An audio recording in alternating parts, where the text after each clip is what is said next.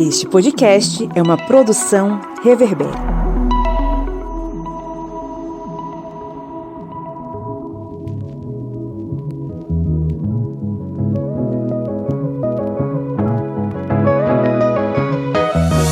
Olá, ouvintes, sejam muito bem-vindos a mais um episódio do podcast do Historiante, o seu podcast sobre as ciências humanas, aquele podcast que está sempre aqui com a missão de falar aos seus ouvidinhos pensamentos interessantes, relevantes, científicos ou não, sobre uma série de assuntos, sobre uma série de conteúdos. Esse episódio hoje é da nossa mesa redonda sobre diversos assuntos, os mais variados possíveis. Eu tô aqui acompanhado, eu sou o Pablo Magalhães e eu tô aqui acompanhado da senhora Bia Siqueira. Olá, minha gente! Estou aqui mais uma vez. Da senhora Lídia Verônica. Oi, gente. E do outro lado do rio, com um HD de 1 tera novo, seu Kleber Roberto. E aí, pessoal? Riquíssimo. Chove chuva, né? A gente tá precisando, chove chuva, só que eu acho que não vai chover nem tão cedo. E aí, sem chuva, hidrelétricas vão parando, e a nossa conta aumentando. Pois é, estamos aqui hoje pela fala que Kleber acabou de soltar aqui, você já deve ter tomado aí um panorama. A gente hoje está aqui para falar um pouco sobre essas chuvas que não caíram, sobre essa crise hídrica, mas principalmente sobre essa crise energética que o nosso país está passando, em especial aí por conta dos possíveis apagões que a gente vai sofrer, mas que já sofremos, né? Porque, eu não sei se vocês lembram, mas no norte do país, lá em Roraima... Amapá, isso mesmo. Lá no Amapá nós já tivemos alguns apagões e a experiência não foi nada boa, e o panorama é de que eles se estendam para outras partes do país e os apagões se tornem uma coisa nacional, né? Um apagão patriota ao estilo bolsonarista. Então, estamos aí com esse perigo, mas claro, as pessoas que são millennials, né, que viveram a infância nos anos 90 e anos 2000, elas devem lembrar que a gente conviveu com alguns apagões na era FHC, não é uma coisa assim tão distante da nossa vida. Mas já a gente entra nesse debruço sobre esse assunto, vamos para os nossos recadinhos antes.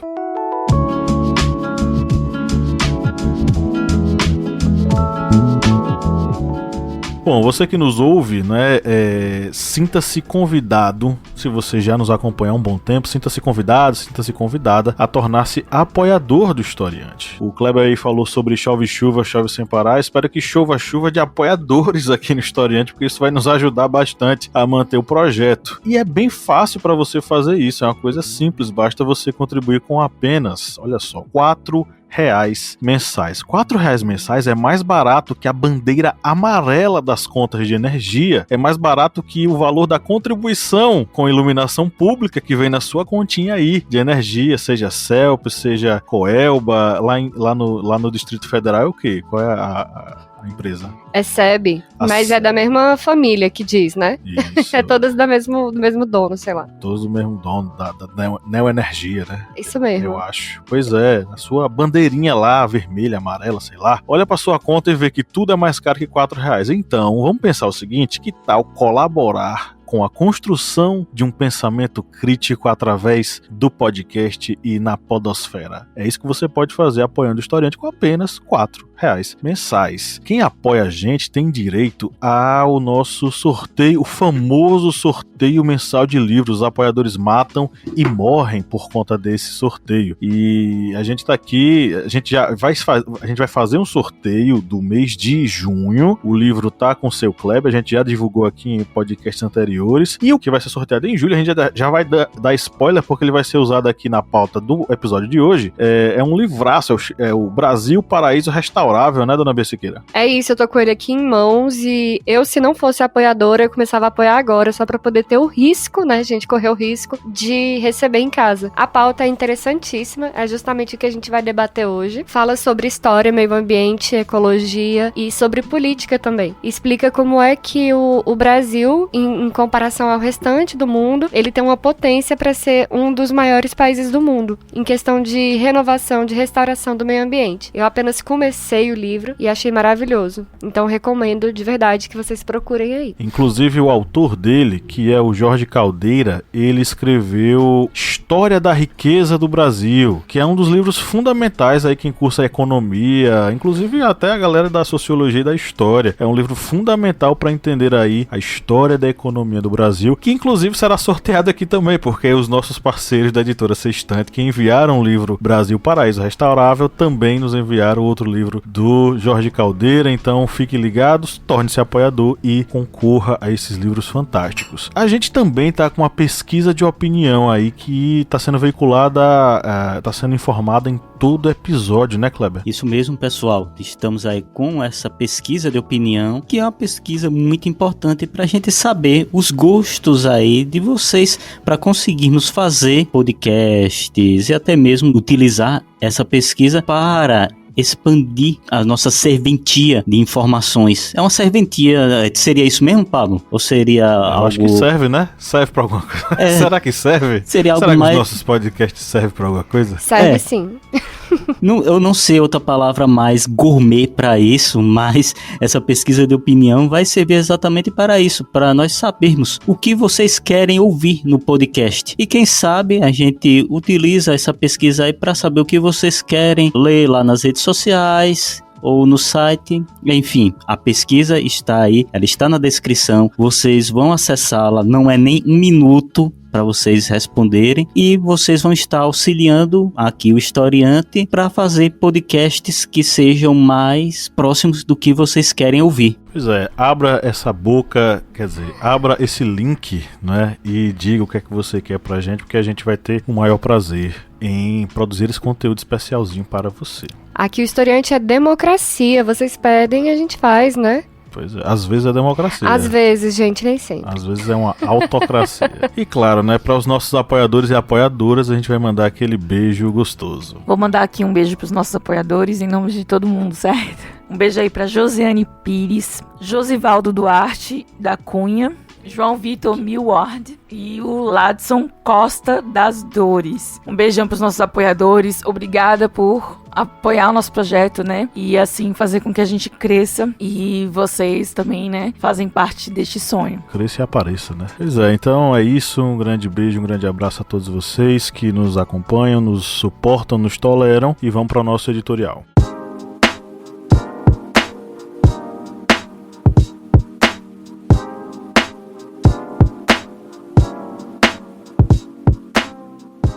O final dos anos 90 e início dos anos 2000, pra mim, são permeados de lembranças boas da infância. Refrigerantes e salgadinho na casa da minha avó, desenho na TV e brincadeiras na rua com os amigos. Além disso, lembranças nem tão boas. Tinha dias em que não podíamos ligar a TV ou a luz, por exemplo. Não por um castigo dos meus pais, mas porque não tinha mesmo. Os apagões foram recorrentes nessa década longínqua, principalmente no ano de 2001. Porém, com a bandeira vermelha dobrada nas contas de energia e os níveis hídricos das represas em situação crítica, esse sentimento nostálgico de ficar no escuro pode retornar. Na década passada e nesta, a escassez de chuvas foi o elemento que impulsionou um processo de racionamento que desgastou o governo FHC e seu possível sucessor à presidência, José Serra. Nessa década, o script das chuvas está se repetindo, só que estamos aí sob o governo daquele que não falamos o nome, o inominável. Há 20 anos, a estiagem prolongada que reduziu níveis dos principais reservatórios de água no país era apontada como um dos motivos para a crise. Agora, o governo federal aponta que a escassez de águas que hoje atinge os reservatórios das hidrelétricas, principalmente no Sudeste e no Centro-Oeste, é a maior dos últimos 91 anos. E os reservatórios dessa região são extremamente importantes para o sistema elétrico. Porém, há fatores que hoje são mais positivos que os da década de 90 e podem contribuir para uma melhor resposta do país à crise energética. E vamos partir aqui de dados coletados pelo Maurício Tolmasquim, professor do Programa de Planejamento Energético da COP, da Universidade Federal do Rio de Janeiro. O sistema elétrico hoje, por exemplo, é muito mais robusto e resiliente do que em 2001. Entre 2001 e 2020, a capacidade instalada cresceu em 133%, ao mesmo tempo em que o PIB cresceu 44%. Outro ponto importante é que a participação das hidrelétricas é menor hoje do que era há 2 décadas atrás. De lá para cá, segundo o Ministério de Minas e Energias, a dependência das hidrelétricas caiu de 85% para 61%,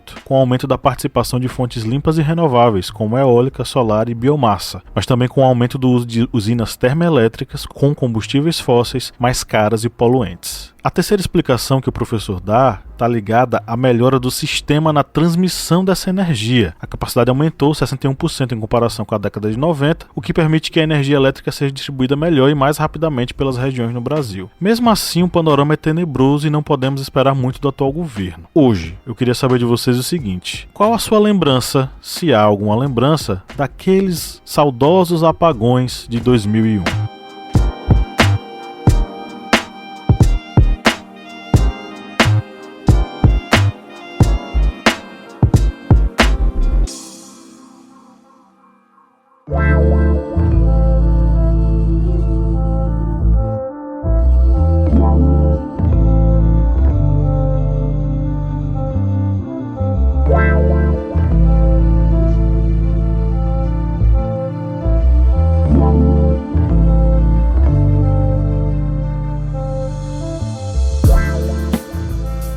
Eu acho que as meninas pararam e pensaram assim, deixa os mais velhos responderem, os cidadãos idosos, mas realmente naquele tempo, eu ainda tenho recordações que era algo assim que assustava. O pessoal comentava, tipo, vai faltar energia de noite, vão ter que estocar vela, vai ter que fazer estoque de pilha para a lanterna, porque surgia aquele medo realmente de apagar tudo.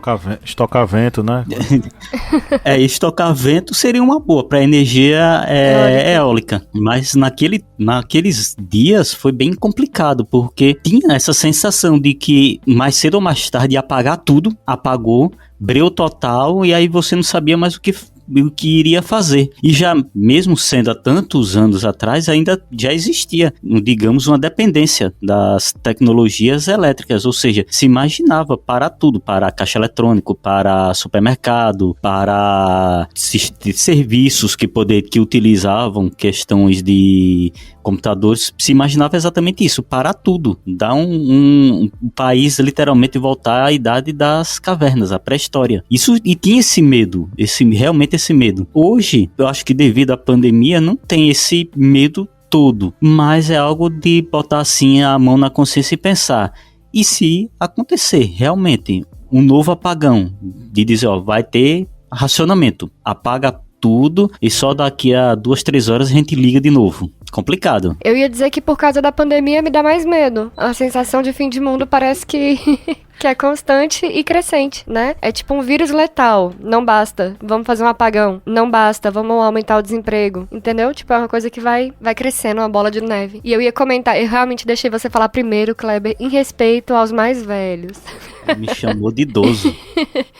Nessa época aí do apagão do FHC, eu tinha 10 anos, mais ou menos, 9 anos. Então eu lembro muito pouco. Eu lembro que, assim, tinha regrinhas e muita campanha na TV de conscientização. Não sei se vocês lembram. Que, tipo, passava na TV ou nos banners da rua, sabe? Em todo lugar. Tinha adesivo pra casa, pra você... Botava do lado da tomada, assim, um adesivinho escrito apague. Ou do lado do interruptor de luz. Vocês tinham isso? Lá na minha casa tinha isso. Um monte de adesivo pela casa espalhado, assim, pra você parar de consumir energia. Desligar a luz. Geralmente era minha mãe gritando que a gente não era sócio da Coelba e que a gente desligasse a luz.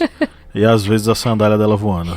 Lá em casa tinha uns adesivinhos, assim, do lado da tomada. Aí, e também tinha essa mania. Agora, eu perdi, mas eu ainda tinha. Tudo que você faz, você desliga da tomada. Aí, naquela época, era uma regra, não era uma conscientização, era uma regra mesmo. E um horário de tomar banho. Não sei vocês, mas lá em casa tinha o horário de tomar banho. Porque tinha a questão até onde eu sei, né? Em Brasília tinha isso, de o horário de pico é mais caro, o consumo de energia. Então, eu tinha que tomar banho fora do horário de pico. Bom, eu não sofri muito por conta desse racionamento, né, assim, de ter horário e tudo mais. Exceto quando a gente ia pra roça ou pro interior, assim, na minha infância, rolava um racionamento, a gente... Tomei muito banho de açude, gente.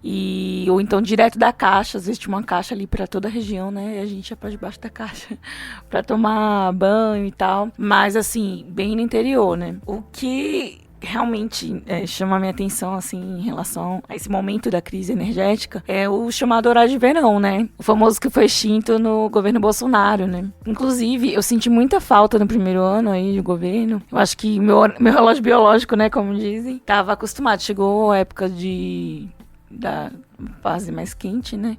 Meu corpo, né, meu cérebro automaticamente acordava mais cedo. E isso marca pra mim realmente essa questão do racionamento, o horário de verão. Eu lembro que quando eu era criança, a Bahia não tinha horário de verão, se eu não me engano, e Pernambuco tinha. E a gente que mora aqui na região entre os estados, era bem engraçado porque as casas costumavam ter 2 relógios. Minha tia era funcionária pública. Pra quem não conhece o Vale do São Francisco, é porque as cidades, elas são quase uma só, elas são interligadas, né? E é muito comum as pessoas morarem em Petrolina e trabalharem em Juazeiro.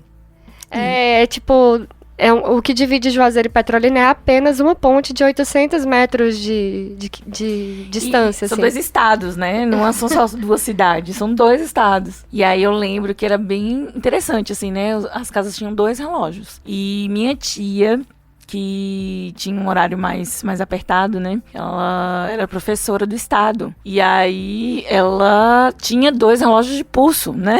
Com 2 horários diferentes. E aí ela tinha que ficar olhando o relógio, porque ela tinha que almoçar mais cedo em casa pra poder vir pra Juazeiro, que a Bahia, se não me engano, tinha horário de verão, ou seja, tava 1 hora na frente, né? Então rolava esse fuso horário entre a ponte. A ponte era um túnel do tempo. Só pegando aí de Lídia também, eu lembro uma coisa que até é engraçada, viu, gente? Que demorou bastante tempo até Pernambuco e Bahia se ajustarem com relação ao horário de verão. Ficou muito período, um estado tinha, outro não, e no final do ano era a melhor parte. Por quê? Porque se a Bahia tivesse o horário de verão, o pessoal comemorava a virada do ano em Pernambuco, quando ia chegando próximo da meia-noite na Bahia, corria pra ponte, cruzava a ponte e ia comemorar a virada do ano, né? Em Juazeiro. Era o contrário, né? Comemorar 2 vezes. Pernambuco, em Petrolina era primeiro, depois era em Juazeiro. Aí a galera comemorava em Petrolina, depois ia pra Juazeiro. Não, o horário de verão, porque teve época que tinha aqui, não tinha aqui que eu tô em Juazeiro, porque gente. Ficava variando. E aí ficava variando, realmente. E aí eu lembro, isso é uma coisa vívida, assim, da questão do racionamento, entre aspas, que era a gente ter 2 relógios em casa por conta do horário de verão. Que onde a gente morava tinha, onde trabalhava não. Ou vice-versa. Agora pra gente compreender esse processo, a gente tem que ir na raiz dele, né? Porque o horário de verão a gente sabe que ele evitaria bastante o que está acontecendo hoje e ele nos ajudaria a economizar, mas ele é uma ferramenta no ponto final desse processo. O início desse processo a gente pode identificar como o desmatamento da Amazônia. Aí o ouvinte pode até dizer, mas o que é que tem a ver o cu com as calças, né? Como dizem por aqui. O fundo com as calças, para um politicamente correto. Segundo o Márcio Astrini, né, secretário executivo do Observatório do Clima, que deu entrevista ao El País, enfim, ele disse que tem tudo a ver, né? A conta, para ele, é bem simples. Ao destruir a floresta, altera-se a capacidade elétrica do país, porque vão ser alterados, perdão pela gaguejada, vão ser alterados os ciclos hidrológicos do país. Ou seja, aquele sistemazinho, né, que vai ter de chuvas esperadas em determinado momento do ano, aquele ciclo de chuvas que vai acontecer, por exemplo, no final de março, início de abril, ou no meio do ano, ou no período de verão, ele vai ser alterado, porque de certo modo a floresta amazônica meio que regula esses ciclos, ela serve para isso. Então, ao desmatar a floresta amazônica, a gente está contribuindo para o aumento dessa escassez, né? Eu posso até estar cometendo um erro aqui de colocar aumento e escassez na mesma frase, mas essa escassez tão prolongada de chuvas. E aí a fatura vai sendo cobrada de a gente ter tido no Ministério do Meio Ambiente um maluco, um capitão motosserra, muito mais do que a Cátia Abreu, né? Eu acho que a Cátia Abreu, inclusive, já passou, né, o prêmio para ele. Passou. Foi passado com muito mérito, com muita honra, porque ele trabalhou muito para receber esse prêmio. Ela falou de ser elétrica, eu entendo, né? Ela falou, gente, a pessoa Cátia Abreu, tô entregando aqui a minha... Serra Elétrica. O meu prêmio Serra Elétrica e a minha, como é que chama? Minha faixa de Miss Serra Elétrica. Ela entregou também pra ele. Justamente. E aí o que é que vai acontecer? Vai acontecer esse caos que a gente tá tendo hoje e acaba que quem vai pagar é o consumidor médio que tá lá na ponta do processo, que vai ter que pagar a tarifa vermelha, tarifa amarela, etc e tal. Isso tudo associado a um modo como esse governo ele vê a natureza, mas não necessariamente apenas ele. O bolsonarismo e todo esse movimento conservador ou aquele movimento liberal de que a floresta ela precisa ser explorada, os recursos precisam ser explorados, a floresta é nossa. Vocês devem lembrar que quando os principais presidentes das nações europeias começaram a criticar Bolsonaro, ele levantou a ideia de que, a Amazônia é nossa, a gente faz o que a gente quiser dela. O Leonardo DiCaprio com as ONGs, com o Greenpeace, estão querendo roubar a Amazônia da gente com a Angela Merkel. Ele inventou essa teoria da conspiração, que na verdade precede a ele. Então, essa narrativa é uma narrativa muito ligada a essa ideia de que, mato tem que ser derrubado, madeira tem que ser destruída, porque isso é quem gera desenvolvimento. Eu tô levantando essa questão porque é justamente um argumento que o Jorge Caldeira, junto com a Júlia Marisa Secula e a Luana Chabib, eles usam esse argumento lá no Brasil Paraíso Restaurável, de que essa ideologia é construída ao longo de séculos, ao longo de décadas, uma espécie de dessacralização da natureza, onde as pessoas não enxergam mais nela, por exemplo, aquela entidade materna como a Gaia, como a Pachamama, eles não veem mais isso. Eles veem a Terra como algo a ser explorado e ao ser destruído. O livro que eu indico do Ailton Krenak, ele também fala sobre isso, sobre essa materialização, né? A necessidade de explorar da natureza da forma errada, né? Enfim, mas o que eu queria agregar ao discurso de Pablo aqui é que a gente tem que botar a conta também no agronegócio. A gente gravou um episódio aqui sobre água há algum tempo atrás, acho que um ano ou 2, e a gente falava sobre água, sobre concessionárias, se eu não me engano, e a gente fala sobre o agronegócio. A cada 100 litros de água tratada produzidos no Brasil, 72 vão para o agronegócio. Isso significa que 70% da água tratada é usada pelo agronegócio. E 30%, né, que a gente que raciona. Pessoas físicas, né? Que é a gente que vai racionar, os 30%. E os 70% tá lá com o agronegócio. Sim. E não vai parar. Eu brinco com isso ainda hoje, mas por maldade mesmo, é uma implicância minha, mas eu não faço isso de propósito, gente, mas eu fico dizendo que eu não vou racionar água enquanto para cada litro de cerveja precisar de 3 litros de água, entende? São 3, para 1 litro de cerveja usar 3 litros de água potável. Então, e você vira para mim e diz que é minha calçada lavada que tá acabando com o meio ambiente? Não. E tem outra questão também. Quando se tem esse problema de fornecimento de energia, você tem a ativação de outros meios, né? Geralmente o governo usa o quê? As termoelétricas. Uhum. Essas termoelétricas, não é porque elas não usam água para produzir energia que elas deixam de usar água no seu processo. Por quê? Quando elas são utilizadas, elas precisam ser resfriadas. E o que é que resfria as termoelétricas? A utilização de muita água. Então a disputa da termoelétrica com a hidrelétrica, na verdade, é gota a gota da água que já não tem. Então, a partir do momento em que os níveis de reservatórios são reduzidos e existe a necessidade de utilização das termoelétricas, essa mesma água ela vai precisar ser utilizada nas termoelétricas para resfriar, ou então a gente vai ter um Chernobyl no Brasil.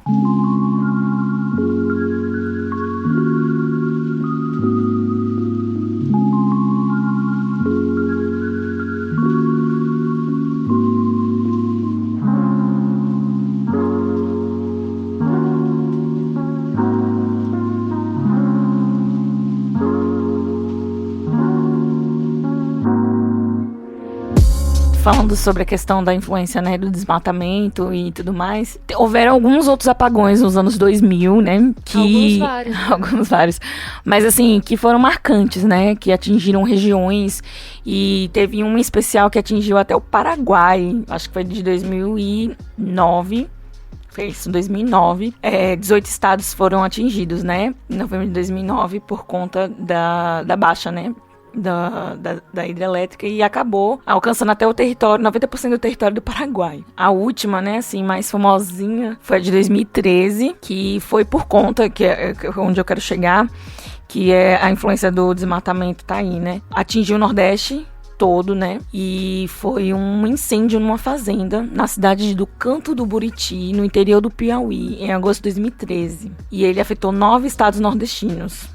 eu sofri esse blackout aí por conta de um incêndio em uma fazenda. Então, assim, só pra você ter noção do impacto ambiental que teve esse incêndio. 9 estados do Nordeste ficaram sem luz total. Então, assim, é só pra você entender que existe realmente uma ligação entre essa devastação e as consequências, né, que acarretam na questão hídrica e, por fim, na luz, né? Eu sei que às vezes parece que a gente tá... Aquele meme do cara fazendo cálculos, assim, sabe? Teoria da conspiração doida atrás do computador, assim, meu Deus, os aliens. Mas não, é uma questão de logística mesmo, né? De gestão de recurso. Quando a gente fala, por exemplo, que você desmatar a floresta, não só a floresta amazônica, gente, não é só ela que vai afetar o meio ambiente, mas isso também mexe com todo o ciclo da natureza. Isso significa menos chuva, né, significa menos água, você está poluindo também o rio, que consequentemente vai diminuir. Então, tudo isso é um ciclo. A gente não, né, a humanidade compreendia a natureza até um tempo atrás, primeiro, como o Pablo falou, né, de maneira mais sagrada, né, tinha essa visão mais mística da natureza, o que era incrível, né. Não me compreendam mal. Mas em seguida veio uma lógica capitalista em cima da natureza. E o tratamento é como se ela fosse infinita. E é como se fosse um produto infinito que ele pode ser consumido. Ele pode ser explorado até o infinito, porque ele não tem limite. E aos poucos começamos uma conscientização mundial de que a natureza tem limite, sim. Né? Tem um momento ali que ela não vai mais aguentar e tal. Mas o nosso presidente ainda não chegou nessa fase. Infelizmente, né? A gente lembra o seguinte também, esse consumo de energia é um consumo que ainda foi travado por causa da crise econômica brasileira. Imagina o Brasil, digamos, a pleno vapor, com produção industrial alta, consumo de eletrodomésticos altos, TV, ar-condicionado, micro-ondas, freezers, tivesse esse consumo ainda em níveis elevados nessa situação. Eu não sei se realmente a utilização de todas as termoelétricas elas iriam conseguir arcar com todo o sistema. Vamos lembrar que é um sistema grande e, como bem lembrado por Pablo, é um sistema que também vai precisar da água. Sem água não tem termoelétrica também. E a gente está vivendo esse ciclo que é praticamente, digamos, uma tempestade perfeita para esse caos, que vem aí as mudanças climáticas, o desmatamento da Amazônia, mais cedo ou mais tarde vai voltar o consumo mais alto de eletrodomésticos e o sistema nacional que ainda é muito dependente dessa dupla, a dupla termoelétrica e hidrelétrica, sendo que os outros recursos naturais, energia eólica, energia solar, no Brasil, por mais que tenha um desenvolvimento, também. Ainda está... Tem a energia da biomassa também. Da biomassa também. Por mais que tenha um desenvolvimento, ainda não é um desenvolvimento tão amplo para conseguir abastecer de forma ampla esse país como o Brasil, de proporções continentais. A pedido da gente aqui do Historiante, o Thales Rodrigues, que é engenheiro eletricista, mandou um panorama mais ou menos aí de como funciona tudo isso que a gente está falando. E acrescentou um pouco aqui para o debate da mesa. Vamos ouvir? O Brasil é um país que apresenta uma das matrizes energéticas mais diversificadas e renováveis do mundo. E nós podemos entender como matriz energética o conjunto de todas as fontes de energia disponíveis para suprir a demanda energética de um país. No mundo, a matriz elétrica ela é composta em sua maioria por fontes não renováveis, né, como o petróleo, como o carvão mineral. Isso representa um total de 75% da matriz mundial. Já na matriz elétrica brasileira, esse percentual aí já cai para 17%. Dentre as fontes renováveis, né, fonte predominante no Brasil é a hidráulica e apresenta uma contribuição de quase 65% de toda a nossa matriz energética brasileira, né? Então fica fácil de perceber a dependência que nós temos desse tipo de fonte de energia. Esse ano o Brasil ele passa pela pior estiagem dos últimos 91 anos, né? Isso aí levou ao acionamento das usinas termoelétricas que geraram um custo muito superior aos custos das usinas hidroelétricas, né? Isso aí a gente vê que reflete diretamente nos valores das tarifas, o que ajuda a inibir também o consumo e o desperdício. Então, com isso, essas medidas são tomadas para controlar o impacto da falta de água e também para minimizar o risco de racionamento de energia. Então, percebemos que por mais que o Brasil seja um país que apresenta uma matriz elétrica limpa e renovável, hoje ela é extremamente dependente da fonte hidrelétrica, né? O que nos leva também a refletir a respeito da diversificação da matriz elétrica através de outras fontes, né, como eólica, solar ou biomassa. Esse aí é o caminho. Eu queria falar sobre essa questão, especialmente sobre a diversidade da matriz energética brasileira. Existe uma dificuldade ainda muito grande, apesar de vários empreendimentos já indicarem uma mudança nessa perspectiva. A energia eólica cresceu bastante, a utilização do sol como fonte de energia também cresceu bastante, mas isso tudo ainda bate, resvala em determinadas gestões federais que não têm uma preocupação sobre esse assunto, né? E ainda permanece essa nossa dependência muito forte. Sobre essa questão da natureza, é interessante notar que quanto mais a civilização humana descobriu, por exemplo, os limites do mundo com as grandes navegações, né, que é até um termo questionado na história. Com essas grandes navegações da era moderna, quanto mais o homem descobria, quanto mais o ser humano descobria os espaços no planeta, mais ele dessacralizava o seu olhar sobre esses recursos. Quanto mais ele ia para os mais recônditos cantos, encontrava realidades as mais diversas possíveis, menos ele enxergava na natureza algo sagrado e mais como uma questão de exploração mesmo. Quando, por exemplo, as teorias diziam que o paraíso estaria aqui nas Américas, em especial na Amazônia, e criou-se lá toda uma teoria de que os 4 rios que são mencionados na Bíblia são os rios que cortam ali a Amazônia, e no meio desses 4 rios estaria uma ilha que seria aquele local mesmo específico onde se localizaria o paraíso na Terra, né? Fora essas teorias que existiam no início do processo das grandes descobertas, rapidamente isso mudou, e principalmente com o desenvolvimento da ciência moderna. Francis Bacon olha para a natureza e enxerga nela pura e unicamente um material a ser analisado pela ciência. Fim. Como os corpos eram utilizados pela medicina, os elementos naturais eles poderiam ser tranquilamente utilizados pelos filósofos naturais como matéria para pesquisa. Então a natureza ela passa a ser algo a ser dissecado, a ser aberto, os corpos precisam ser vistos, e a ideia de sacralidade é jogada fora, é colocada de lado. Em contraponto, a gente tem a visão indígena sobre isso, né? E até hoje a gente vai permanecer com essa perspectiva indígena. Apesar de, lá no Brasil, Paraíso Restaurável, os autores dizerem que mesmo os tupis, no processo colonial, muitas dessas tribos, elas passaram a olhar não mais com um olhar sacralizado para determinados locais. A convivência com o colonizador meio que condicionou algumas tribos a olhar mais essa questão das trocas mesmo por conta dos metais. Então isso ainda é presente no pensamento indígena, mas hoje, se a gente for discutir a contribuição que Lídia trouxe do Ailton Krenak, mostra muito bem como é que os indígenas observam a relação com a natureza e como eles são as pessoas mais indicadas para trabalhar com a preservação dessa natureza, e talvez a gente poderia pensar na possibilidade de uma economia sustentável com os recursos amazônicos, né? Com os recursos naturais. A sobrevivência do índio cuidando da natureza, né? Para ele aquilo é um templo, né?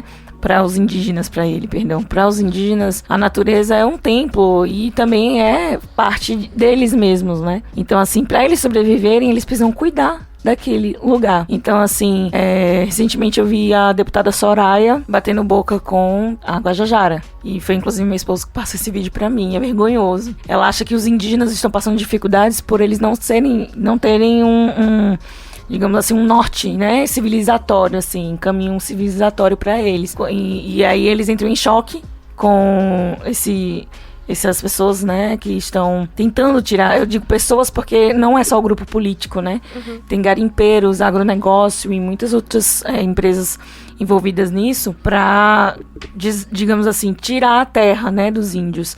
Então eles querem que a União deixe de ser a curadora, né, dos índios, e aí os índios ficam descobertos, né, de digamos assim, um defensor maior, porque os índios praticamente não têm lugar de fala, né, ali na Assembleia Legislativa. Deveria ser a FUNAI, por enquanto, né? Sim, né, mas a FUNAI também foi destituída, foi despedaçada, né, e aí o bate-boca delas a Guajajara já chega respondendo, né, que pensamento preconceituoso, que pensamento, né, feio, ridículo, ela bota pra quebrar ali, porque a ideia de bem-estar pra Soraya, não é a ideia de bem-estar pro indígena, Sim. né? Essa visão do homem branco, especialmente do neoliberalista, né? De conforto, é que... Assim, eu não sei se é maldade ou inocência, né, da Soraya. É muito relativo também o que é conforto pra ele, porque pro indígena, por exemplo, não é confortável estar andando de jeans e sapatos. Sim. Pro indígena não, desculpa, mas pra alguns indígenas. Eles têm colégio interno e os indígenas sofriam muito, né, nessa passagem, porque eles viviam... A gente vive em comunidade dentro do colégio interno, né? Mas a gente tem limites, digamos assim, né? Não tô dizendo que o índio é sem noção, gente, sem limite. Mas eles têm um outro contexto de realidade. Então, os indígenas, eles usavam as coisas dos outros colegas de quarto por entender que aquilo fazia parte daquela sociedade, servia a todos. É porque é comunitário, né? Essa é a palavra, eu acho, né, Pablo? E eles É eram uma atacados lógica- por isso. É uma lógica cultural e política de comunidade, E aí onde não tem propriedade privada, mais ou menos. Não tem essa ideia de que, vamos supor, esse copo aqui, eu tô com o copo na mão. Esse copo aqui é meu. Essa ideia de meu, pra algumas comunidades, não existe. É nosso. Se Sim. tá aqui, é nosso. É nosso, serve a todos. Isso. E aí eles tinham essa mentalidade. Aí minha irmã falou que minha irmã teve que passar por um processo educativo dos meninos brancos, para que eles entendessem que a realidade dos meninos indígenas eram diferente da deles. E que eles faziam aquilo ali não por maldade, mas por senso coletivo, né? Então, assim, na verdade, as coisas dos meninos indígenas também podiam ser usadas pelos meninos brancos. Eles não queriam uma coisa dos meninos brancos, né? Que eu acho que é essa a mentalidade do homem branco, enfim. Essa ideologia, inclusive, é uma ideologia de como a colonização serviu, né? Foi fundamental. Porque pro homem branco existe a lógica de que isso daqui é meu, então eu tenho que tomar pra mim. E pro indígena, como alguns, né, a maioria dos indígenas brasileiros, a lógica era comunitária. Então, se chegasse uma pessoa de fora e falasse, eu quero fazer parte dessa comunidade, quero consumir, viver com vocês, eles falam, claro, venha. Então, por isso que romantizam e falam que o indígena deixou-se ser colonizado, entendeu? Pacificamente. Isso não é real, viu, gente? Isso não é uma realidade. E existe uma grande resistência. Muitos indígenas foram assassinados, foram explorados e escravizados. Tem um episódio da Minipédia sobre a Guerra dos Bárbaros, que a gente fala sobre as táticas de resistência indígena, mas também as táticas de estratégia indígena diante do inimigo. Como em determinados momentos eles se aliançaram ou a franceses ou a portugueses diante de um outro mal. E também entender que quando a gente fala de indígena, não é uma grande tribo onde vários indígenas são amigos. É entender também que tribos indígenas estavam em guerra, mesmo no processo colonial. É o mesmo quando a gente fala sobre... É o mesmo não, mas é muito parecido o argumento quando a gente fala sobre essa coisa de que nas cruzadas os árabes lutaram contra os cristãos, como se os árabes fossem um grande grupo de lutadores contra os cristãos que estavam se aproximando. E na verdade não. Dentro do próprio mundo árabe, a gente vai ter lá uma série de disputas e de guerras entre si. No Brasil, no processo colonial, as diversas tribos, elas tinham suas lideranças, suas alianças e também seus inimigos. Algumas eram muitos inimigos mesmo. Acho que era o caso dos tupis, né? Não foi os tupis, eles tinham guerra com diversas outras comunidades ao redor, né? Várias outras etnias. Eles eram grandes inimigos. É importante ressaltar, gente, é fundamental que a gente entenda que aqui no Brasil existia cerca de 500 mil etnias diferentes, né, Pablo, quando invadiram o Brasil. Então você tem que entender que eram 500 mil culturas diferentes, línguas. Ou 500 mil não, desculpa. 500 mesmo. Línguas, né? Línguas diferentes, costumes, culturas, modos de vida. Todo mundo acha muito simples entender que francês tem um estilo de vida, alemão outro, português outro, tem vários ali na Europa, né? A gente consegue ver isso. É por isso também que o dia do índio, hoje em dia, ele caiu, né? Essa expressão é feia, é preconceituosa, é racista, né? Porque é aí que a gente entende que o índio, ele é muito genérico. Uhum. E o indígena não, ele já abrange aí essa questão da comunidade, que existem suas peculiaridades e várias etimologias, etnias, né? várias... Não existe o índio, isso não existe. Existe vários indígenas. Mas só lembrando que a gente tá caminhando muito para essa questão indígena, E tá vamos correndo voltar, da questão gente, desculpa. Vamos voltar. hídrica, né? Deixa eu voltar para a questão que você falou, Pablo, sobre a preservação do meio ambiente, como fala de Guajajara também. Ela fala que preservar as comunidades indígenas é preservar o meio ambiente. Preservar as terras também é preservar o meio ambiente, porque a gente garante que não vai ser explorado de novo, desmatado de novo. E vai ser cuidado, né? É isso. Esse cuidado, João. Em resumo, consciente. isso Eu tudo aqui que queria- a gente divagou era sobre isso. É só uma pesquisazinha que eu peguei aqui pela Empresa de Pesquisa Energética, que é um órgão até ligado ao governo. Você pode verificar lá no epe.gov.br, que ele faz essa distribuição das matrizes energética e elétrica no Brasil.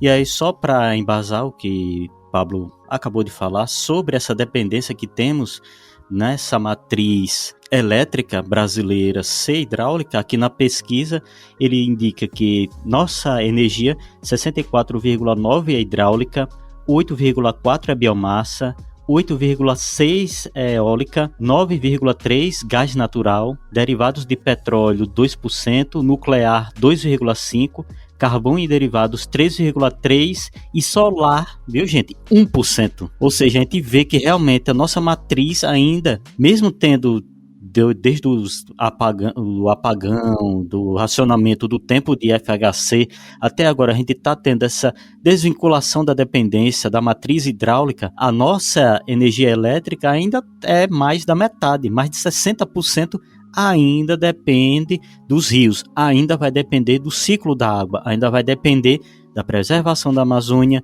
dos rios voadores.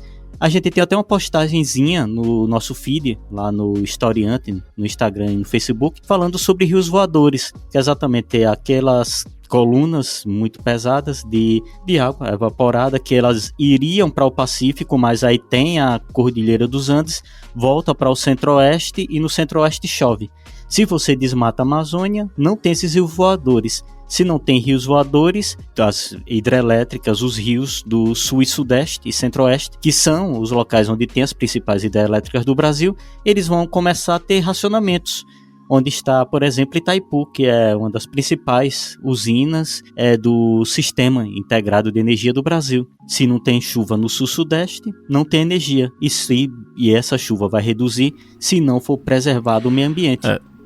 Antes de eu passar para as nossas interações com os ouvintes, eu queria mencionar aqui que no próprio livro do O Brasil Paraíso Restaurável, né, que a gente está falando aqui bastante, do Jorge Caldeira, com a Júlia Marisa Secula e da Luana Chabib, eles trazem logo no início um mapa mundi, bem diferente daquilo que a gente geralmente vê. É um mapa mundi onde a densidade não é medida pela quantidade de terra ou o tamanho do continente, mas pela sua produção natural. Essa produção natural estaria ligada, por exemplo, ao quanto de água, de terra, de matéria orgânica, de floresta, por exemplo, um país ele pode produzir. Ou seja, é um mapa onde a produção natural é colocada como o parâmetro. E a gente vê claramente, aqui eu estou com o livro aberto, vou passar aqui para as meninas olharem também, o mapa ele mostra justamente a América Latina e a África como os pontos maiores, e lá na Europa um gravetinho bem fininho, assim como os Estados Unidos e tal. Esse mapa mundi ele revela o quanto do potencial de produção de energia natural, ou de uma produção natural, vamos dizer assim, ela existe aqui e é fundamental na América do Sul e principalmente no Brasil, que é o que aparece com o maior espaço dentro desse mapa mundi. Para os autores, essa próxima economia ou essa economia sustentável, ela vai estar baseada muito nesse potencial de produção natural ou de energia natural que esses países possuem. Possivelmente o Brasil, né, como eles colocam, é um paraíso restaurável porque ele tem esse potencial, inclusive de se refazer, de se recompor, claro, com uma economia extremamente sustentável e pensada para ser aquela coisa sustentável. A sustentabilidade é cíclica, a história não, mas a sustentabilidade a sustentabilidade numa forma bem cíclica, se retroalimentando e se refazendo.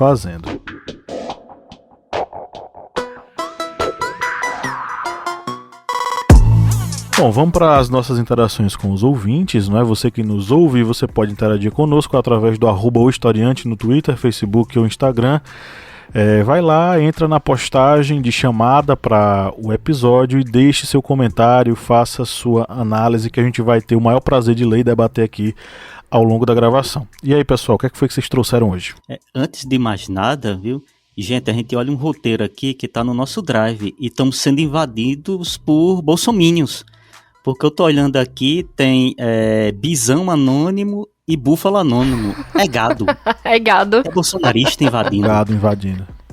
Hackers. A Bia Aguilera, perdão, a Bia, tem a descrição dela, Bia apenas. Bia _ Aguilera. Ela fala aqui algo que eu achei bem interessante. Ela fala um país com tanto potencial para fontes alternativas de energia, eólica, solar, biogás, de aterros sanitários, depende quase que exclusivamente da geração pelas hidrelétricas, que tem impacto ambiental e socioeconômico na sua implantação e durante toda a sua operação. Há quem isso interessa, quem se beneficia diretamente. A galera que não é cringe, talvez não tenha acompanhado esse processo da construção das maiores hidrelétricas do Brasil, né? E especialmente aqui no Nordeste, eu acho que faz até parte da nossa tradição, assim, histórica, conhecer essa realidade, né? Sobradinho, ela foi construída em cima de muitas outras cidades, né? Pessoas foram desalojadas, foram retiradas das suas casas. Existem cidades fantasmas debaixo da hidrelétrica, né? Das águas da hidrelétrica. É em Sobradinho que dá pra ver até, às vezes, quando tá baixo, né, a água, uma cruzinha, não é? Que era uma igreja. Sim, dá, e tal, embaixo d'água. Recentemente, uns 3, 4 anos atrás, eu fui lá e a gente brincou e dançou e cantou em cima de um cemitério. E aí, no final, a gente descobriu que era um cemitério. E porque a gente viu uma cruz, a gente achou que, na verdade, era uma igreja. E aí, uns amigos, não, isso aqui parece mais um cemitério. E Lídia é cristã, tá, gente? Então tá tudo bem ela dançar com uma cruz. Ela tem imunidade. Na verdade, depois de nadar com cadáveres é que eu adquiri a imunidade, né? Pelo visto. Enfim. Mas o que eu queria registrar aqui é que é um processo... esse processo é grande, ele é danoso, não só à natureza, mas... Por exemplo, nessa questão do Sobradinho, há milhares de vidas, né, foram afetadas, a história de cidades foram destruídas, estão todas debaixo d'água, e enfim, é um processo... Famílias e sociedades tendo que se reinventar, tendo que ser desapropriada, uma questão muito grande, né? É destruição cultural, histórica, enfim. Sim. Não só essa questão da economia, né, que afeta positivamente a quem interessa, né, no caso. Mas, enfim, e é por isso que eu acho, e eu acredito que outras fontes não alternativas, como a Bia fala aqui, não são exploradas, né, porque é muito fácil. Energia solar, né, eu e a Bia, a gente tá entrando aí nesse universo da energia solar. E aí a gente tá... Sim, eu e Lídia acabamos de comprar aí uma energia solar, né? Ela fala como se... Não, mas assim, a gente tá entrando nesse universo, conhecendo mais sobre a questão da energia solar.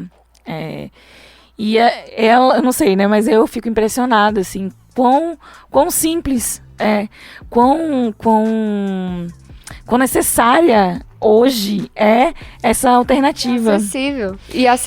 É muito acessível. Eu achava que era uma coisa muito doida de outro mundo, e não. E é um mercado que não tem, assim, visibilidade, né? Porque não interessa às grandes indústrias e aos grandes empresários que isso exista, na verdade, né? Enfim, talvez a energia eólica seja um pouco mais cara e talvez seja mais explorada de um tempo daqui pra frente, né? Mas a energia solar é tão simples, gente, tão limpa, é uma energia limpa em todos os quesitos políticos, econômicos, enfim. Acho que a energia eólica também já tem um grande crescimento aí de uso. Aqui, pelo menos no Nordeste, no Nordeste eu digo Ceará e Pernambuco, eu já vi muitos parques enormes, assim, eu não sei o nome, gente, daquelas placas imensas, assim, que gira e faz a captação de energia eólica. Parque eólico. Isso. Parque eólico. E tá, no Nordeste, inclusive Pernambuco, vai ser aberto um parque de energia solar ali na região do Cerrado. Ali na região do... Como é que fala, gente? Ali de... Chapada? Não, em Pernambuco. Como é o nome ali da região do... Não, é um pouco mais alto. Ali do Pajeú. Do Vale do Araripe? Vai ter um parque solar aqui em Pernambuco. O governo já já falou, já disse quem vai fazer sim. e tudo. Inclusive, são empresas de fora, sabe? Triste, né? Porque esse era o momento que o governo tinha de fortalecer o negócio da energia solar no estado, né? No país, valorizar empresas brasileiras para que haja um crescimento, conhecimento, né? E acessibilidade dessa energia. Rapidão, é que esse comentário que Lídia leu, ele me lembrou também uma questão que pode estar fugindo do assunto. Que é, por exemplo, os meios de transporte aqui, que também está ligado à energia, porque afinal, gente, eu não sei se vocês sabem, mas petróleo também é fonte de energia, né? O carro precisa de uma energia para funcionar, enfim. Sim, o maquinário e toda a hidrelétrica também, né? É isso. E aqui no Brasil a gente tem potencial para ser sustentável nesse sentido também. A gente poderia ter feito ferrovias que atravessassem um país que é continental e usassem os grandes rios que a gente tem, que são imensos e vários. Mas não, a gente faz tudo de caminhão. Então a gente tem grandes crises por causa disso aqui. Enfim, me lembrou isso. Porque isso também serviu a um ideal político, viu? Isso foi um ideal político também. Só para fechar, eu achei que é pertinente o questionamento, e vou deixar o questionamento aqui no podcast, a quem isso interessa, quem se beneficia diretamente com o não uso, né, das nossas fontes alternativas de energia. Quem diz isso é ainda a mesma... A Bia. Ela falou a quem isso interessa, quem se beneficia diretamente. A Bia ouvinte, tá, gente? Não sou eu. A outra Bia. Eu vou ler meu comentário agora, porque ele trouxe uma pauta que eu queria falar, mas a gente falou tanto aqui que a gente acaba, né, se perdendo. É o Léo Lima, OFC _. Ele fala: vi uma reportagem que baixaram de propósito os níveis de hidrelétrica para causar aumento na tarifa de energia. Então, ele levanta uma questão política, né? A gente começa a perceber algumas estratégias do governo. Eu não sei onde ele leu essa notícia, não sei se é verdade, talvez seja fake news. Mas eu queria puxar para falar sobre isso. Talvez você esteja veiculando uma grande mentira. Talvez eu esteja aqui propagando fake news. Não, mas eu queria usar um comentário dele para a gente refletir o quanto posições políticas e de gestão elas podem impactar no que a gente paga, no consumidor final, né? Quanto fica a conta de energia, quanto fica a conta de água. A gente pode usar esse exemplo para tudo. Por exemplo, porque até hoje o governo não implementou energia sustentável em todos os estados do país. Até hoje a gente ainda usa hidrelétrica, em grande maioria. E, por exemplo, por que a gente precisa privatizar a Eletrobras? Por que a gente precisa privatizar a Petrobras? Por que a gente precisa privatizar todas essas empresas que são fonte de... Que são superavitárias, que não são deficitárias e que geram lucro para o Brasil. Isso. Além disso, Pablo, que são garantia de direito e dignidade da gente. Elas são fundamentais, são serviços fundamentais. Por que a gente vai privatizar esse tipo de empresa que garante dignidade pra gente? E na falsa ideia de que isso vai baratear o consumo, vai baratear a nossa conta. E a gente sabe que isso não é verdade. Enfim, vamos pensar o porquê que estamos tentando privatizar a Eletrobras justamente nesse momento de crise e o quanto isso também faz com que aumente a nossa conta. Não é só sobre a baixa da água. Não, também tem uma questão política. Não é sobre ter todas as pessoas do mundo para ser, né? Pablo estragou tudo agora. E você queria falar o que sobre o Amapá, mulher? Você disse que ia falar sobre o Amapá. Eu ia falar sobre o Amapá. O outro grande apagão que tivemos, o último grande apagão que tivemos no Brasil foi em 2020 no Amapá, né, gente? Pablo falou aqui agora há pouco. E foi no meio de uma pandemia, inclusive, durou quase um mês, foram 21 dias. E isso aconteceu porque houve um problema na distribuidora de energia lá, que foi privatizada e ocorreu vamos falar essa palavra, mas foi um crime administrativo. Foi uma falha da empresa, uma irresponsabilidade da empresa que deixou todo mundo num apagão. E isso é resultado da privatização. Quando não tem uma fiscalização e uma gestão que a gente possa ser participativa, onde o povo possa participar, é isso que acontece, né? Eu quase que chego tipo João Kleber pra Bia. Bia, para. Você falando de privatização, Bia, isso aí é um tema mais na frente que a gente vai falar, né? Quem tá ouvindo aqui esse podcast já pode ir É preparando o fone de verdade, ouvido. é verdade, eu acabei de dar um spoiler. Que Bia acabou de soltar um spoiler, viu? Vai ser tema de um podcast daqui a alguns dias sobre as privatizações que estão ocorrendo no Brasil. Aguarde aí, aguarde. Pablo só faltou dizer agora, ó, Mr. Butini aí, chegando aí, fazendo marca. Kleber falou para. Lembrei da música. Eu jurei que ele ia falar para tudo. Apaga a luz, apaga tudo. Eu vou botar aqui na lista. Tamo quase assim. Bem, show aqui para minhas interações aqui, que eu acho que o nosso querido Pablo já tá olhando aí pro relógio, batendo aí no pulso, dizendo chega, vamos lá, rapidinho aqui. Alisson Alcântara Frei. Alisson mandou o seguinte comentário: vamos destruir as florestas, vai dar certo, confia. Esse aí fazendo aquele meme, né, do confia. E é o que a gente comentou, destrói a Amazônia, não tem chuva no Sudeste, reduz o volume das principais hidrelétricas do Brasil. Reduzindo o volume das principais hidrelétricas do Brasil, vai ter que usar termoelétricas. Usando termoelétricas, logicamente vai beneficiar pessoas que têm essa ligação com essas usinas termoelétricas e, consequentemente, aumentando a conta do brasileiro. Isso aí pega Adoro ouvinte debochado. Adoro. E aí isso aí pega até um ganchinho com Cleoneide Crisóstomo, que ela mandou o seguinte comentário. A Cleo mandou o seguinte: naquilo que um povo não pode ficar sem, é ali que o governo vai arrecadar.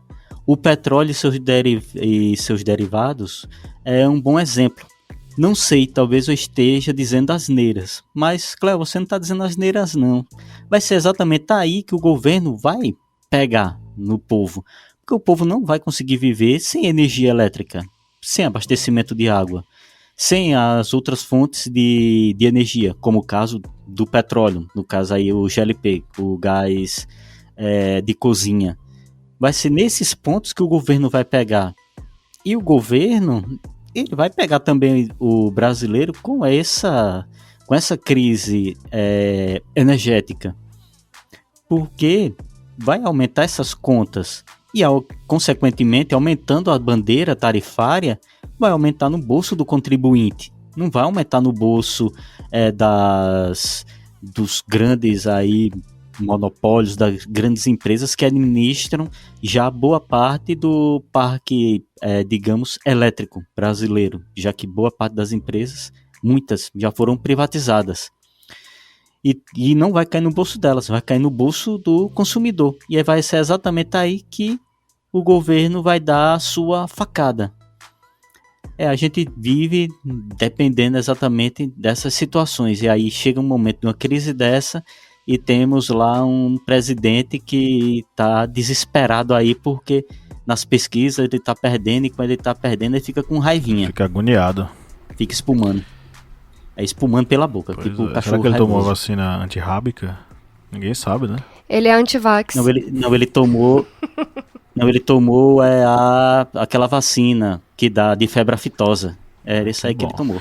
Bom, antes da gente partir para as nossas indicações, vamos falar aqui do comentário do nosso querido Flávio José, nosso apoiador, que mandou uma mensagem lá no nosso Facebook. Ele escreveu o seguinte: eu, um sobrevivente do apagão de 99, estava na escola quando aconteceu. Posso afirmar que essa crise já era esperada, até porque o intuito sempre foi de vender a Eletrobras. Quanto às energias renováveis, ainda não serão realidade por aqui, pois a nossa condição subalterna e colonial ainda é bem viva. Eu acho que eu já comentei isso antes, mas vou comentar novamente. O Flávio sempre tem comentários extremamente certeiros, vão direto no alvo. Realmente, o processo de privatização, se você, cara ouvinte, querido ouvinte, ainda acredita que todo o processo de privatização ele existe para melhorar as condições e gerar a competição, porque isso baixa os preços e melhora os produtos, você fica com o pé atrás e repense esse seu posicionamento. Até porque eu preciso, por exemplo, dar minha cara a tapa quando, por exemplo, houve a privatização do sistema de telefonia. O sistema de telefonia que a gente tem hoje, de fato, sim, é muito melhor do que o sistema de telefonia que existia nos anos 90, isso é inegável. Era Telebrás, né? Pois é. Melhorou bastante mesmo. Porém, eu não posso dizer que toda privatização é boa. Vide aí a privatização da Eletrobras e o que pode vir a acontecer, o que já está acontecendo com as tarifas de energia em nosso país. E sobre a matriz energética, o desejo é que elas caminhem, né? Mas pelo que a gente pode ver, vai caminhar a passos de formiga e sem vontade, como diria o querido Lulu Santos. Bom, gente, vamos para as nossas indicações, né? Eu queria antes agradecer a todos vocês que colaboraram conosco aqui, mandaram suas falas, suas opiniões. É sempre para a gente um enorme prazer saber qual é a opinião que vocês têm sobre esses assuntos. Isso nos ajuda muito a montar os nossos episódios aqui.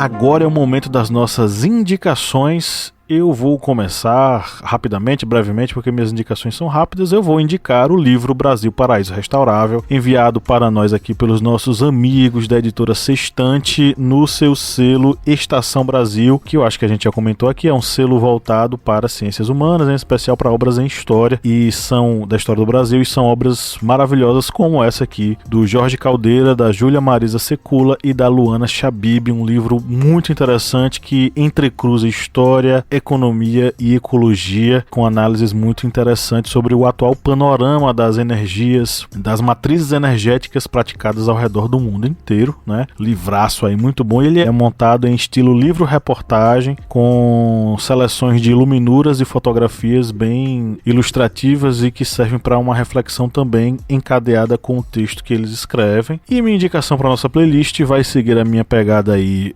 bastante light para o final de semana, para vocês curtirem e ficarem de boas aí nesse finzão de semana que vocês estão ouvindo a gente. Vou indicar Abrigo, da Bruna Black e do JP. Eles estão com um projeto chamado A Voar. É muito bacana a música deles, eu gosto bastante do vocal da Bruna Black. E vou indicar mais uma vez o xodó, o músico xodó meu e da minha esposa, que é o Jorge Drexler, com uma música, um EP que ele lançou recentemente chamado La Guerrilla de la Concórdia. Então fica aí essas duas indicações para vocês curtirem. Música boa, música de artistas negros e artista latino-americano para você diversificar a sua ouvida. E aí, meninas e menino, o que é que vocês têm para indicar? Eu vou indicar o livro que eu falei lá no início, né? Ideias para Adiar o Fim do Mundo, do Ailton Krenak. Fica um convite para Ailton Krenak participar do nosso podcast, né? Quem sabe, né? Seria meu sonho. Levem esse podcast até ele, gente. Eu ainda não terminei o livro, tá? Eu ainda tô lendo. Ele é curtinho, mas eu tive outras atividades. Mas ele é muito bom. E entre várias coisas que a gente já falou aqui, né, que ele trata, especialmente sobre essa ótica indígena, né, do consumo sustentável, ele traz no início do livro algumas perspectivas pessoais e eu acho muito interessante a forma como ele fala, né, que ele, indígena, sai do Brasil para ir na terra dos colonizadores. E ele acha, a princípio ele acha isso uma violência, né? Mas depois ele entende que é necessário, como porta-voz, né, indígena, que ele conheça o mundo e as perspectivas, o olhar dos outros também, né? Até mesmo para dialogar. Enfim, ele é um homem extremamente inteligente e ele é indígena da tribo Krenak, que é o nome que eles geralmente usam, né, e levam. Sim. Para poder representar aí suas tribos. Mas ele é um homem indígena e ele trabalha pela causa indígena. Enfim, a minha dica de música, eu fiz um trocadilho. Eu vou indicar Pela Luz dos Olhos Teus, de Tom Jobim. Hoje Lídia tá muito metafórica. E Luz dos Olhos, de Cássia Eller. Já que a gente tá falando sobre energia, luz e tal, apagões, eu resolvi fazer esse trocadilho básico. Hoje Lídia tá bem metafórica. E é isso. São músicas antigas. A galera cringe vai me entender. Mas são músicas boas e música não tem data de validade. Eu vou indicar... Então, hoje eu vou indicar duas coisas que são tanto metafóricas também. Tava aqui zoando Lídia, mas é isso aí. A primeira é Monstros S.A. Gente, Monstros S.A. é um filme da Pixar que eles falam sobre... que é uma indústria, né, onde trabalham monstros que produzem energia. E durante o filme eles percebem que existem outras maneiras de produzir energia. Eu acho isso tão engraçado a gente falar numa linguagem pra crianças sobre um problema que a gente tá tendo agora. Durante o filme eles têm uma crise energética também, que tá com racionamento de energia e eles precisam encontrar uma alternativa ou então produzir mais. Até que eles descobrem que ao invés de assustar as crianças, eles podem fazê-las rir e isso tem mais potência. Eu sei que é uma besteira, né? Mas é um filme leve pra você ver no fim de semana e refletir. E o outro é A Revolução dos Bichos. A Revolução dos Bichos fala, além da ideia de revolução das classes e tal, luta de classes, fala também sobre a exploração dos recursos, a exploração dos recursos naturais. Então fica aí essa dica. Li recentemente esse livro. É fofo. É um clássico, né? E eu adorei. Muito bom. Eu adoro. As músicas eu botei 3, gente. Hoje eu tô, né? Eu botei The Sound of Silence, de Simon e Garfunkel. Gente, desculpa, eu não sei falar inglês. Garfunkel. Vai. Simon e Garfunkel. Arrasou. Vocês sabem qual é essa, né? Todo mundo que sabe. Hello Darkness, my old friend. The Sound of Sorrow. É isso mesmo. Não, Sound of Silence, né? Isso. Hello Darkness, my old friend. Exatamente porque a gente tá revivendo aí essa escuridão dos anos 90. Boa, aí é trocadilho. Viu? As outras músicas é Lucro, de Baiana System. Maravilhoso também, gente. Ouça Baiana System. E a terceira é a que Lídia falou agorinha, porque eu achei engraçado. Apaga a luz, apaga tudo. Fica aí pra nossa playlist. Vai pra playlist também? Vai. Até porque o funk é imperativo, né? Aqui então, a gente tá diversificando. o funk é imperativo, então ele O nome já ajuda no racionamento. O nome do Querida- cantor é Challenge. Querido ouvinte, querida ouvinte, apaga a luz, apaga tudo na sua playlist. Que isso, amor. Em seguida. Que isso, O amor. Pablo vai chamar a pessoa, aí diz meninos e meninas. Sendo que Bia, no começo do podcast, me chamou de ancião, de velho. Ou senhorzinho, Rapazinho. tiozinho. Todo mundo tem uma criança que vive dentro de si. Não, a criança também tá cringe também, tá de idade já. Bem, vamos aqui, eu vou deixar aqui uma indicação, que é um documentário que ele está até disponibilizado gratuitamente no YouTube, que é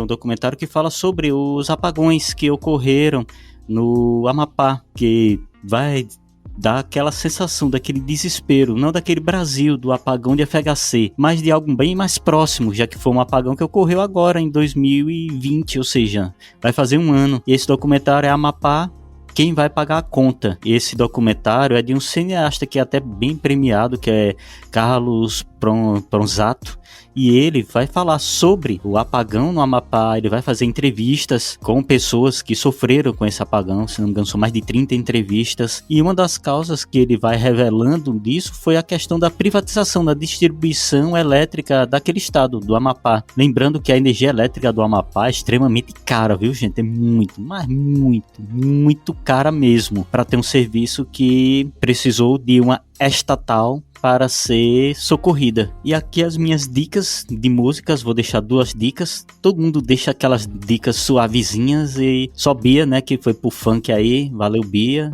Daqui uns dias a gente tá tocando aqui proibidão, viu? Vai ser uns proibidão aqui. A gente tem que ser eclético. É a gente tem Furacão que ser... 2000.